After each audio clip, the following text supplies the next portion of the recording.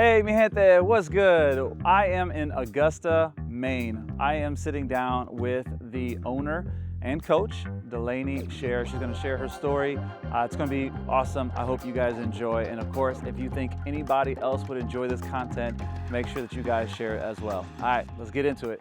Just wanna get into Decal Gymnastics. First off, we're in Maine, right? Central Maine. Central Maine. So just first tell viewers who you are, how long you've been in the gymnastics world, all kind of just the origin. What is Delani's origin story? All right, so Decal Gymnastics is about 36 years old.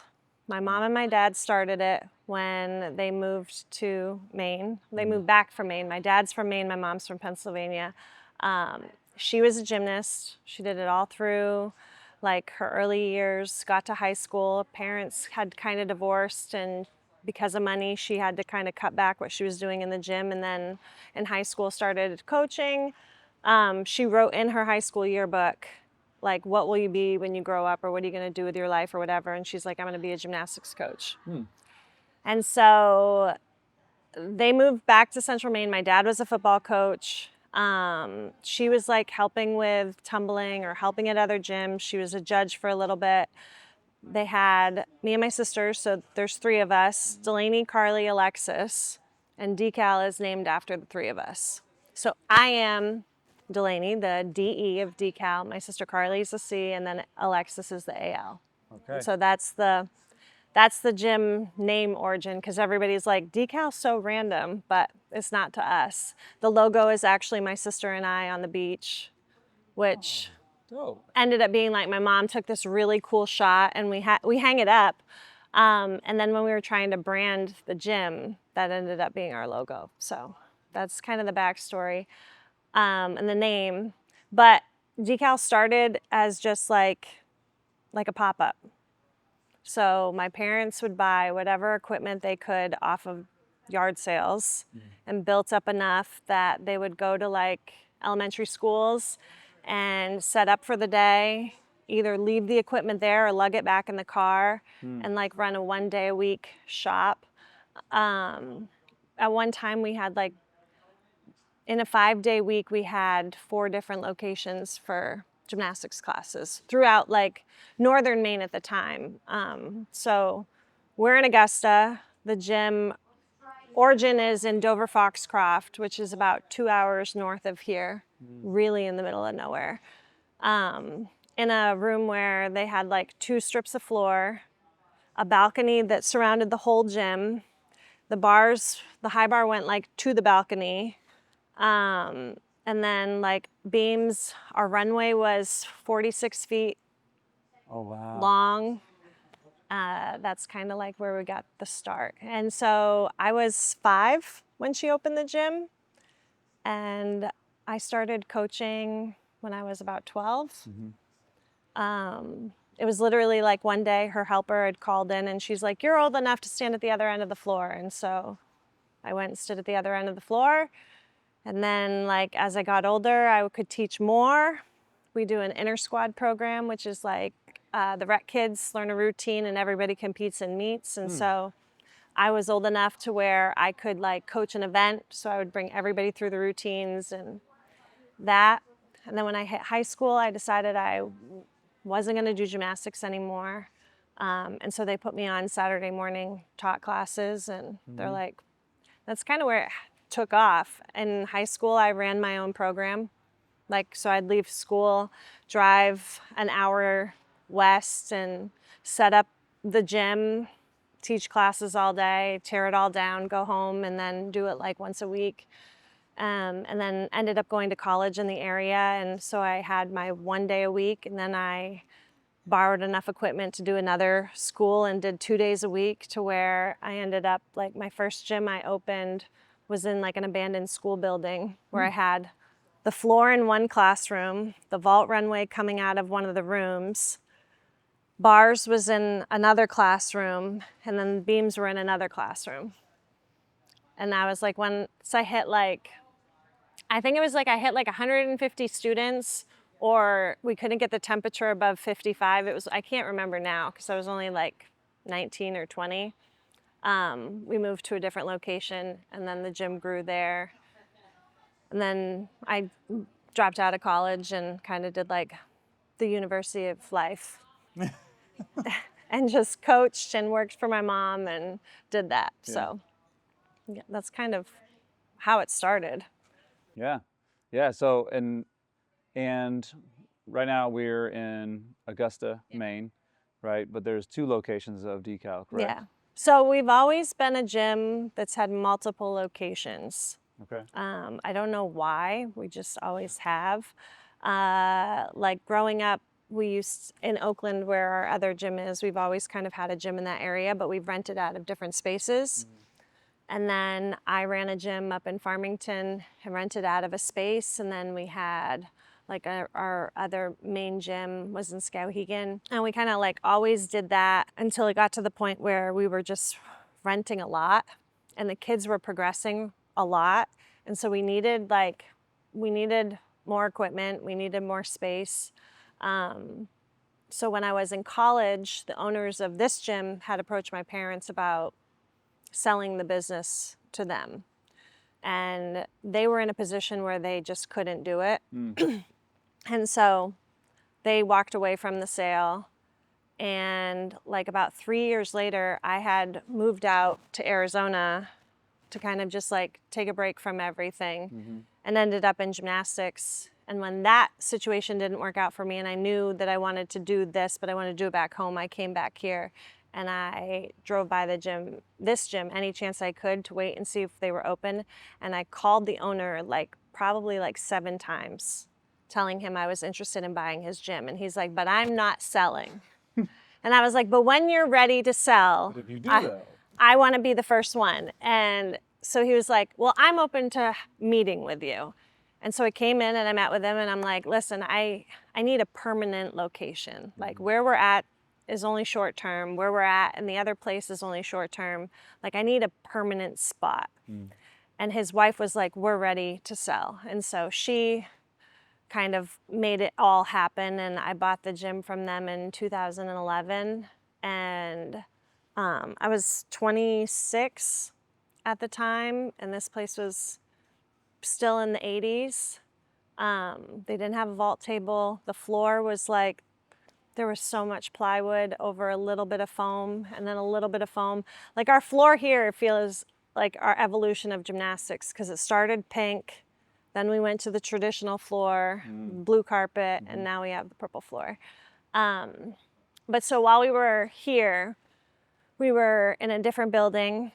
That didn't really work out like long term, and Alexis and I were at a summer camp and I just said like, hey, why don't we buy this spot? And so that's how we ended up in our Oakland location. And so where my parents for probably 30 years before us had rented all of their gyms, Alexis and I now own all of ours. So it's kind of cool. Yeah. Yeah. So what I'm hearing is you're a go-getter and a boss lady. I guess. You go I had after a it. college professor one time tell me that because I would set my schedule. I was like a health major. He said I would set my schedule so that I could still coach at night. And I was like, can't take that class because I got to do this. And I can't take that class because I got to do that.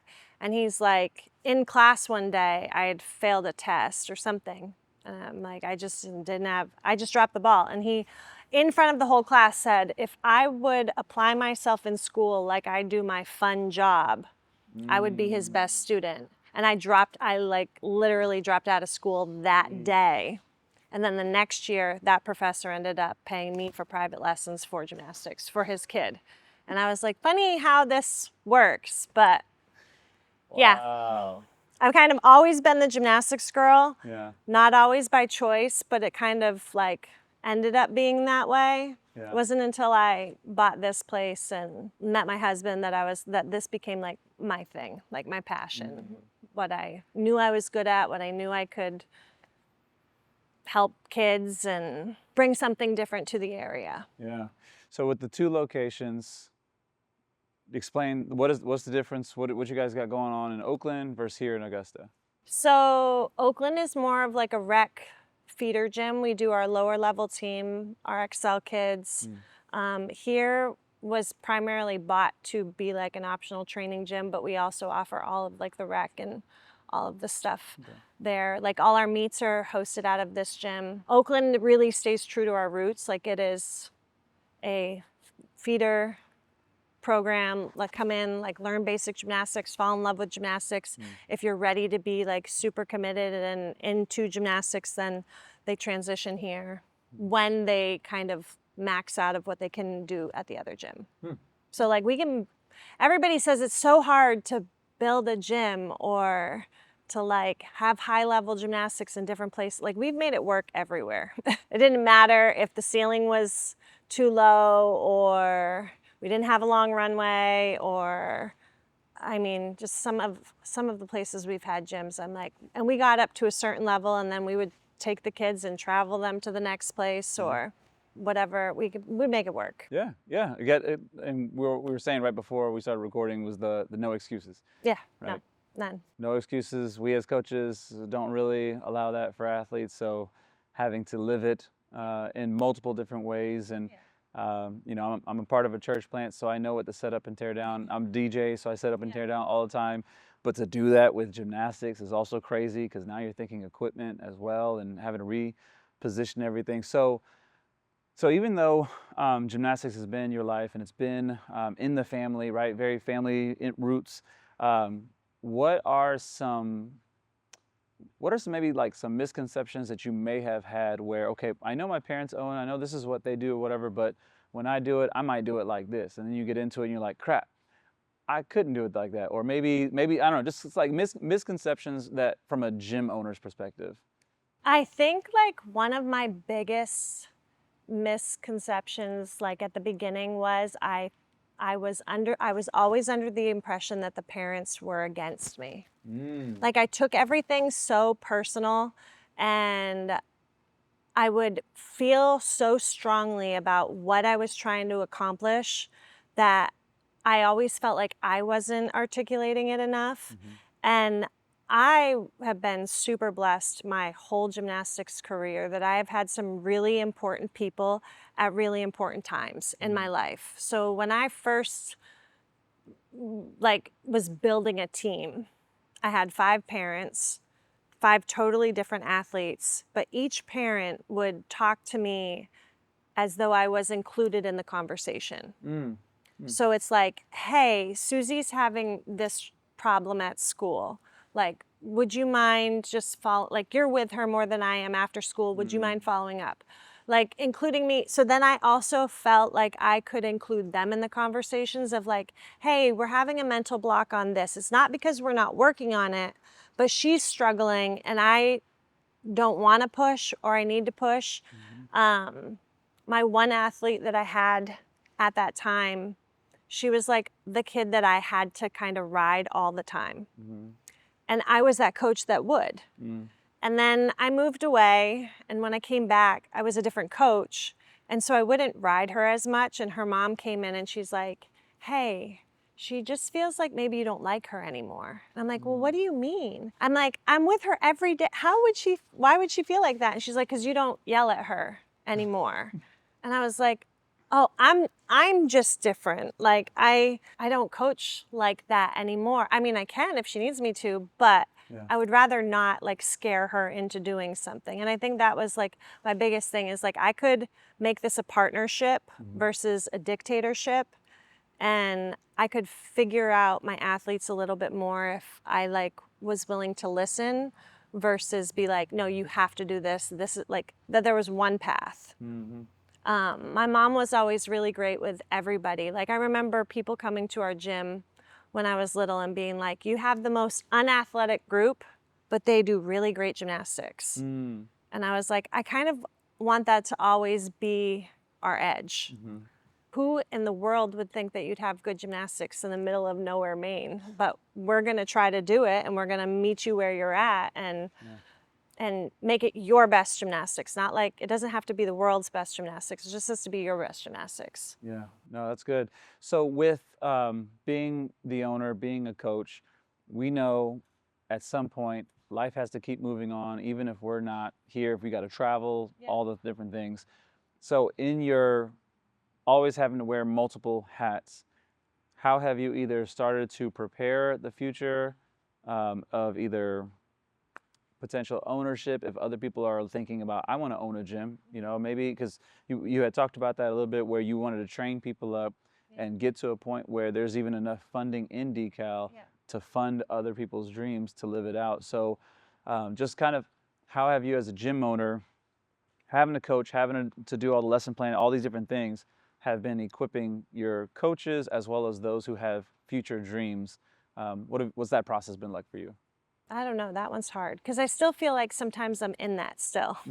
But I do feel like lately I've been in a space where I can start asking more questions. You know, like the kids will come in and they'll start coaching in high school and they're like, I don't know if I want to go to college. I don't know if I know I want to do this. I know I'm good at this. What's my next thing? And part of me encourages them to go out, leave Maine, go coach somewhere else. Then if you want to come back here, you can always come back here. If you want to be here, then these are the responsibilities I'm going to start giving you. I'm going to let you handle those things. Like, I'm going to let the complaints come in. I'm going to let the kids be unhappy. I'm going to not let the bad things happen, but let the experiences happen, so then we can sit down and I can be like, okay, how did you move through this, and how could you have moved through it differently? And then, like, okay, the kids felt like this. How could you have changed what you're doing and kind of like bring it back to being like a partnership? Like, I try to have a partnership with my staff, so it's not just me coming in dictating everything. It's like, okay, guys, how do we keep everything like on the same page here and be competitive? Because at the end of the day, like, that's my ultimate goal. If Alexis's gym is doing something great, then we better be doing it just like they are. And if we're doing something less than them, then we got to figure it out. Or like, if the gym 2 hours down the road is great at this, then we got to, like, let's all get on the same page. And I'm lucky that I have people that like doing that stuff, that are competitive and can see, like, we're going to make this work, but we're not going to do it where the kids feel belittled, like they feel like we don't believe in them, or that we're not going to support them through it, or like those kinds of things. You know, obviously this is my first time out here, right? We met at a camp last summer, so honored to be out here. It's been fun, you know, already, and been eating very well, very well. So I love that, and we're going to continue to eat well. But you guys had a transformation already here at the gym. So you've already talked about all the different transformations that you had, different locations, all that. Just now had a major transformation. What has it been like to see people step up and just rally for you? Because it's one thing to walk into a program that's already really established. Everybody knows the name, you already, all the different things or whatever. It's another thing to build it ground up, and then as you're putting your heart and soul into everything, you look around and go, oh, I'm not alone. Yeah, I'll probably tear up on this part. When I first bought this gym, I was like, didn't know if I wanted to have a team. I just wanted to build the rec and kind of like feed the team in later as it went. My mom has always been the, like, step out of your comfort zone. Like, let's push the bar a little bit and push yourself a little bit. And so I ended up having like a team here that first year. And then every year after that, we just started to progress. And I had one group of parents that had started in like the Mommy and Me with me as their coach. And then as their kids progressed and they got on team, they kind of saw what was going on. And I remember being invited to a barbecue, and like 3 of the moms had cornered me, and they're like, hey, we just want to let you know that we see you and we see what you're trying to do. And I felt like honored that they saw the vision and that they were so supportive, like, in that moment. And then every time we've just tried to like one up the next thing, there have been so many people that are just like, yes, like, we see what you're doing, how you're doing it, and the love and support, like, that you're not crazy. Because when you do something that not everybody's doing, you also have the people that are like, this is impossible and nobody can do it. And I've always just muted this because I'll be like, you just wait a minute, watch what we're gonna do, and then you can tell me that we're wrong. If we fail, then come in and tell me how to do it right. But if we do it right, then I want you to say we did a good job. And I mean, yeah, because everybody thought, like, for me personally, everybody's like, oh, she's just gonna be the gymnastics girl. That's not much of a career. She's not gonna make a life out of it. You can't make money off of a passion, like all of those things. And so when I bought this, I had a lot of people who were in my corner being like, yes, let's make this work. And people showed up to help paint and do whatever.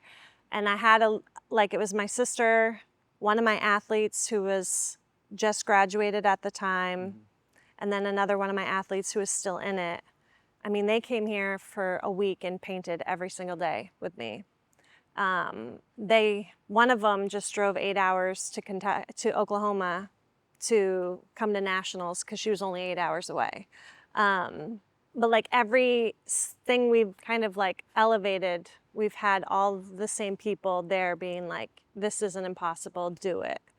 When we decided to expand like the physical space and have everything that we wanted or needed, I was worried that like my kids would lose their edge of we figure it out. Like we figure it out without having all the things, and with also being a primarily female staff, like we just figured it out. And I'm like, now we have all the tools. Are they still gonna have that same edge? But they will, because I think a lot of it comes from your coaches too, and like what's the mindset of the space you're in. When we were building this space, there was a time when my health was rough, and we had just thrown out an email like, hey, if anybody could come and help take the walls down.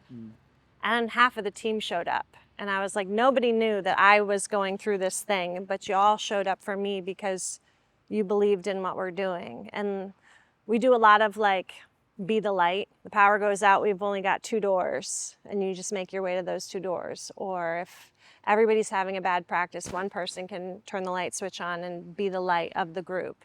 And so, you know, for me, those are the moments where I'm like, I'm not the light, but I'm getting it from other people who believe in kind of what we're doing. The whole figuring it out, right? We know that it also comes top down, right? So you set a standard and a culture, and everybody else sees that, is inspired by that, right? Follows through with that. And what's difficult sometimes is that when you're in the leadership role, it's like, man, I would love to just console you or do whatever, but I can't. Life moves on, right? It's just like parenting. It's just like, man, I would love to just cry just like you, buddy, but I can't. I have to move on. I can do that right before bed or whatever. So, but at the same time, though, you're doing that. Other people are feeding off of you. You're challenging them. You're giving some leeway, right? So you're not micromanaging. So now people are taking ownership of like, okay, cool. If I make this good, Delani's not going to say, do it my way. It's going to go, oh, cool. Let's apply that, right? You're constantly learning, growing, and that is then trickling on to everybody else. And so with all of that, you've had some great accomplishments already, even with your athletes. So kind of talk about some athletes that went on to do some college stuff. Obviously, your most recent, nationalist as well, and just kind of, kind of looking through your history that we just kind of talked about to getting some to go off to school, your national, like how does that all feel? How are you taking it in? All that. Yeah, I feel like as a gymnastics coach, you never take anything in. Like we talked about this earlier this week. It's like you spend 5 minutes in that you celebrate it, and then it's like, okay, what's the next thing? And I've always looked at it as like, who are the kids that are in front of me, and how do we get to their end goal? And like, how do we progress through that? And I had some kids that were like super willing to learn and try anything. And in that group, I met Miley. And Miley if people look at her now and they're like, this girl is brilliant. But when she was little, I was like, she is amazing. But she had no flexibility, no back flexibility. She was just super coordinated, and she loved to just like figure stuff out. And so when you're a coach trying to figure it out, you need people who also feel safe and like, we're gonna just work through this. I mean, we used to YouTube Maloney drills because I had never taught a Maloney, and I'm like, okay, we're gonna try this. And she would let me just chuck her through things, and then we would go somewhere and we'd be like, oh, we were doing that so wrong. And then like, but it was never my coach doesn't know. She always, she was my first athlete that really took it in as a partnership of like, Delani's never gonna force me to do something that I'm super uncomfortable with or I don't feel safe doing. And she never thought that I wasn't smart enough to help her figure it out. And so like, she was my first one to literally learn most of the optional skills that we teach now. When I said like, there's a lot of noise that comes with doing things different, she's the first kid that we did tops with. And everybody was like, that's a waste of time. She was just super talented. She likes doing the extra work. So we did it. She was super successful at it. So we went with that. She did tops for like 3 years. And then we decided to try hopes. We went that route. I mean, we tried it. We didn't really know what we were doing. And so she did that. Hopes didn't necessarily work out. Like she had qualified to classics, but an injury took her out. She was my first like level 9 champion, like all around champion. She was my first level 10, and then my first level 10 to qualify to nationals in the same year. And as like, I think she was 13 or 14 at the time. So she's been my first on a lot of things, and we just not played gymnastics, but she just liked doing gymnastics. She had a period where we were trying to go elite, and we went to a camp, and she didn't love it. I didn't love it. We weren't like, we hadn't figured it out. And she was changing and I was changing, and we weren't on the same page. And she got home and she's like, I don't want to do that anymore. And I was like, okay, then you don't. Take 2 weeks off because you deserve that. And then we'll come back. Do you want to quit gymnastics? She's like, no, I don't want to quit gymnastics. I love doing gymnastics. And I'm like, okay, take 2 weeks off, and then we'll come back and we'll focus on level 10. And then so we just focused on level 10, like in her figuring it out years. Her freshman year, she qualified to regionals. The Tuesday of regionals, she was in a car accident. Wow. And her mom and I had built this pretty great friendship, and she called me, and the hospital that they were at was only like 20 minutes away from the gym. So I met them at the hospital because Miley was in one room and her dad was in another. And I walked in and I instantly knew that she had a concussion. I'm like, you have a concussion. That's pretty bad. The hospital released her saying, no, she didn't have a concussion. We went and watched regionals because I wasn't going to let her compete at regionals. And then that next week she got assessed, and her concussion was so severe that it took her out for 10 weeks. Dang. So all of May, all of June, the 4th of July week, I went to her mom's gym, and we started in with like cartwheels, handstands, pullovers, casting.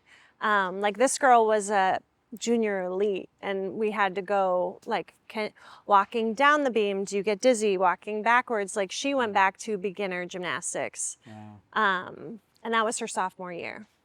So her sophomore year, we built like the whole season. We'd go to a meet. She'd take 2 weeks off after the meet. Like if there was a headache, we were 3 days off. And we just were super intentional in getting her back to 0. And that year she got all of her stuff back, and we went to regionals, and she wanted to compete her full at regionals. And warm-up vaults, people started walking around, like there started to be like people watching, and we're like, this is so weird. Nobody pays attention to us ever. And she ended up falling off of the mat on both of her vaults at regionals. And she was like so annoyed. Went and hit the other 2 events. Was absolutely lights out. Going into floor, she looks at me and goes, like, how far behind am I from winning? And I'm like, you fell on vault, like, you're not gonna win the meet. She's like, no, what do I need? I'm like, pretty much you need like a 9.4. She's like, I need a 9.25. Like, she did the math super quick. And I was like, okay, fine. She went 9.2, missed first by 0.05, but qualified to nationals.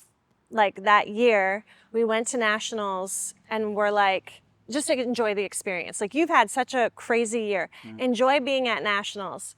And we were in flight A. And so we were sitting there, like, at the end of nationals, scrolling through placements and, like, refreshing my phone.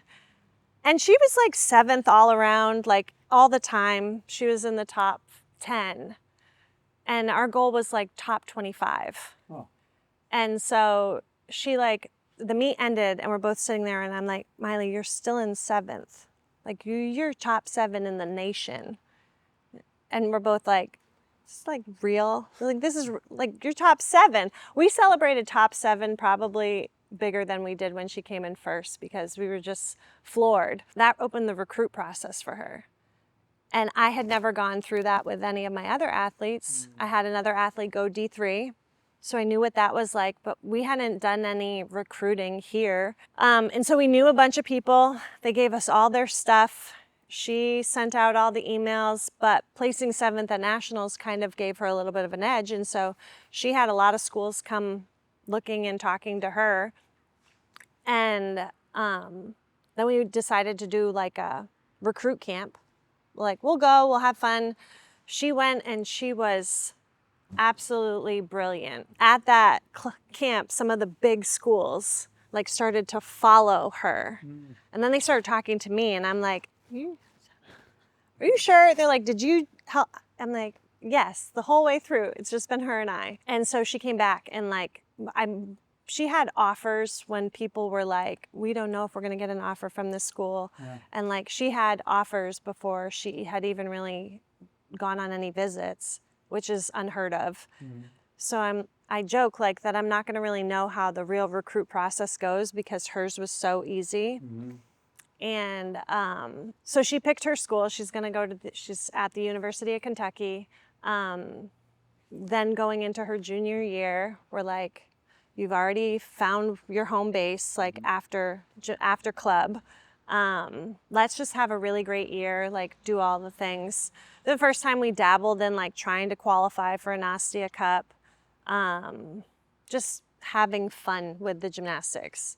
And she went to nationals that year. She lost at regionals. Like, she was sick the week of regionals and had maybe practiced one day, gone to regionals, fell in the last event, went from 1st to 6th. She was so mad.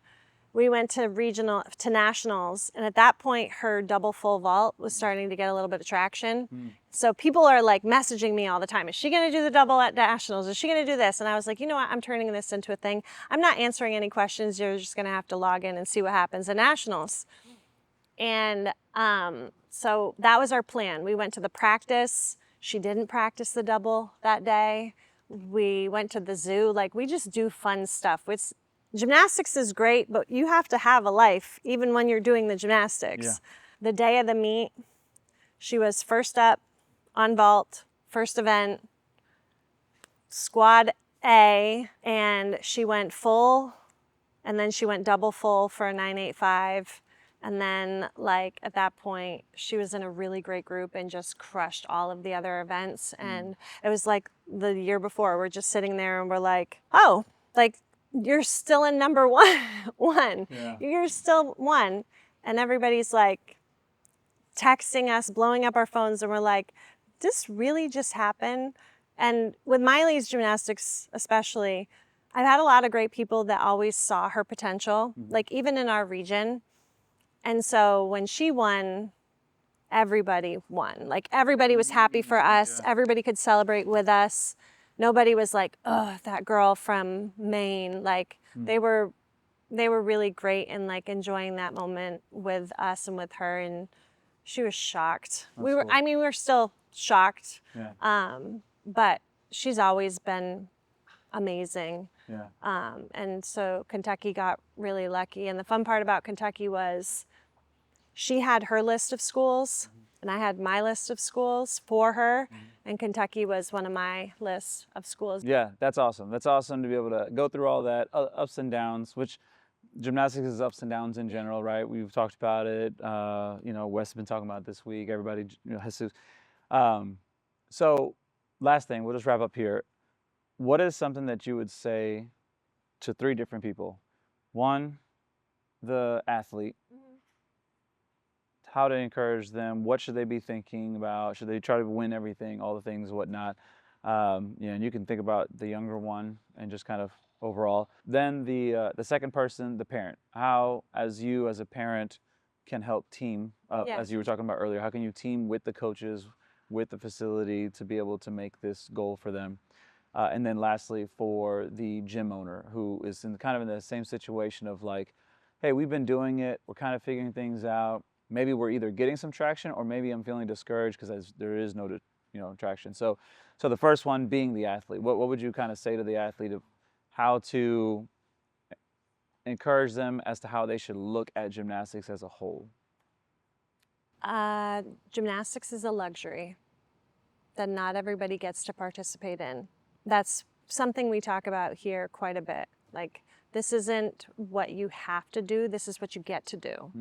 Yeah. And so conditioning sucks, everybody hates it, like, but we get to do it. Yeah. And we get to do it so it makes it better at the thing that we love to do. One day one person will win and one day somebody else will win, and your effort and your attitude are the only 2 things that you can control, and leaving proud of whatever you've done is the most important thing. That's good.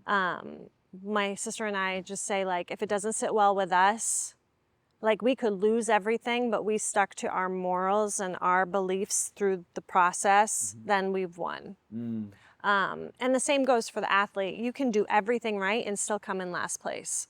And that's totally okay. And someday you won't come in last place. Like, one of the things that I kept telling Miley was, like, at some point, everybody's gonna see what we see. Yeah. And when that happens, you're gonna blow up. Like, you're gonna just be going, I told you so, I told you so, I told you so. Like, everybody will be on the apology train. Yeah. Like, but yeah, it's just gymnastics. You gotta walk away and be good with yourself when you come in, and you gotta be good with yourself when you leave. That's what I would say. That's good. I like that. Second person, the parent. How can I, as a parent, I got an athlete in here, how can I partner with the coaches to be able to be a support for my athlete? So I would ask the parents, like, what role are you looking for me to play? Do you want me to just be coach? I can be coach and mentor. I can be a lot of different things. And then how much or how little do you want to be involved in this? Because if they're gonna be in school 6 hours of the day, and then I'm getting 4 hours every day, and then you're getting your time with them too. Like, I look at it as like co-parenting. You know, if you say no to rap music, we're not playing rap music at the gym. If you say no to this kind of language, then we're not using that language in the gym. Like, being able to co-parent them. If she's not getting her schoolwork done at home, I'm not getting on her for missing gym. She's gonna miss gym. Like, you gotta leave early because you didn't make your bed. Like, you better make your bed the next day, or it's more conditioning for you. Or just, like, use me however you best see it fit within your family. Some people like to share a lot, some people like to share a little, and it's just being on the same page of, like, I'm gonna respect you as the parent in hopes that you'll respect me as a coach, and that gymnastics is my thing, parenting them is yours. That's kind of, kind of how I've done it. Yeah, no, that's good. And then last thing, talking to the gym owner, and it can be a twofold or however you want to lead it, but to the gym owner of, hey, we're just getting started.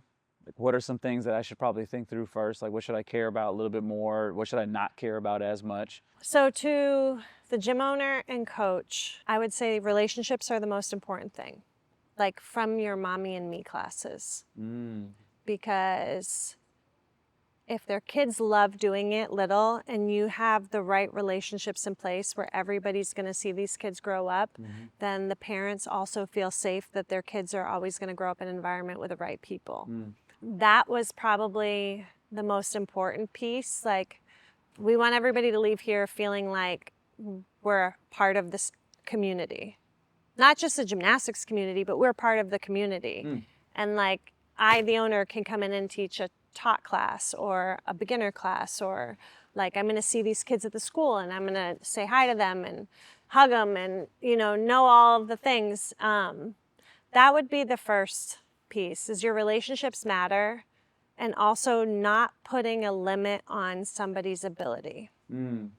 Because the kid at 6 that can't do X, Y, and Z might get it when they're 10, 12, 13, 14, 15. Like, I just think one of the best things that was said to me was never put a ceiling on your kids' abilities. Because then once you put a ceiling, they're never going to try to go past the next thing. That's good. And so that's kind of what we've done. We're like, you know what, guys, you live in the middle of nowhere. We do the most travel, like, to get out. Nobody else is coming here. We're always leaving. The weather is crazy. The gymnastics, we're trying to build high quality, but not killing you at the same time, because you have to be a human. You have to have a life.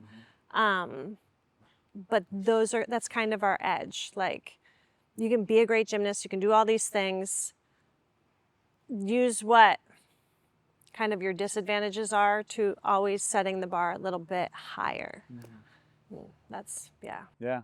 And then for the gym owner, coach, who's like, man, I don't know if is this getting any better? Are they ever going to figure it out? Like, this gym, it just feels like. You know what? I had an athlete last year, and I have been using this like for a whole year. And I'm like, this might be some of the best information I've ever gotten. Where she was like, if you ever feel stuck, just keep going and eventually you get unstuck. And I'm like, in so many times in owning a gym, like, even with this expansion, I'm like, this is never gonna end. I'm never gonna get out of it. I'm never gonna, like, just wake up the next day, put the shoes on, do the things, keep going. Like, wake up, put the shoes on, do the things, like, and eventually we're like, oh, okay, we're here, we're done. Like, it is what it is. But that's what always, like, I keep coming back to. If I feel stuck, keep moving and I'll get unstuck. And so that would be my advice, like, just keep moving. And also mixing in different kids or bringing in other people. Like, we were talking last night, like, just having conversations with people and getting to know them. And then just, like, I have learned over the years that, like, summer camp, I have to completely step back and not be the coach. Because that's their opportunity to learn, and I have to let it happen without trying to micromanage it. And then they'll come back to me and they'll ask all the questions that they maybe don't ask during a camp or whatever. And then we can, like, it comes back to being a partnership. But I have to be the one that can see when they're ready for that step of, like, they need somebody else to come in. They need somebody to turn the energy up or flip the script or remind them that they're great. I think for kids, like, nowadays, everything has to be so instant that they forget, like, 6 months ago, you couldn't do this. Now we're working on this next thing. Can you please give yourself, like, a little bit of grace for mastering the thing that we were working on 6 months ago? And then moving on. Yeah, no, that's good. Well, I know I've enjoyed my time here. It's been awesome. Thank you for sharing your story.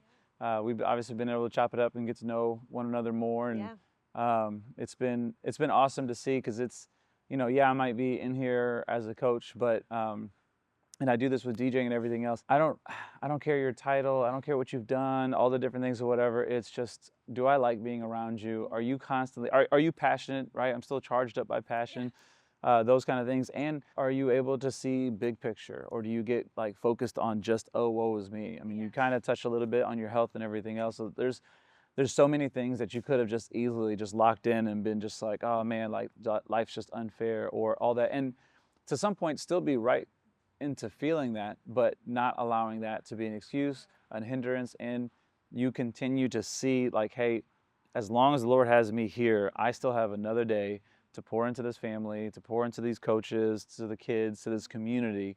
And it shows. I mean, again, I've only been here for about a week now, and just to be able to see that. I know last year I met you and I was like, oh yeah, man, these guys are so nice. We joke like, because Del came with the building, and he's like he's not just my like gymnastics idol, he's like my life idol. Like, and a lot of his teachings with me, but his wife told me one time that there was a point in his life where he was ready to walk away from gymnastics, and she said, God gave you this talent to work with kids, and I don't think you're done yet.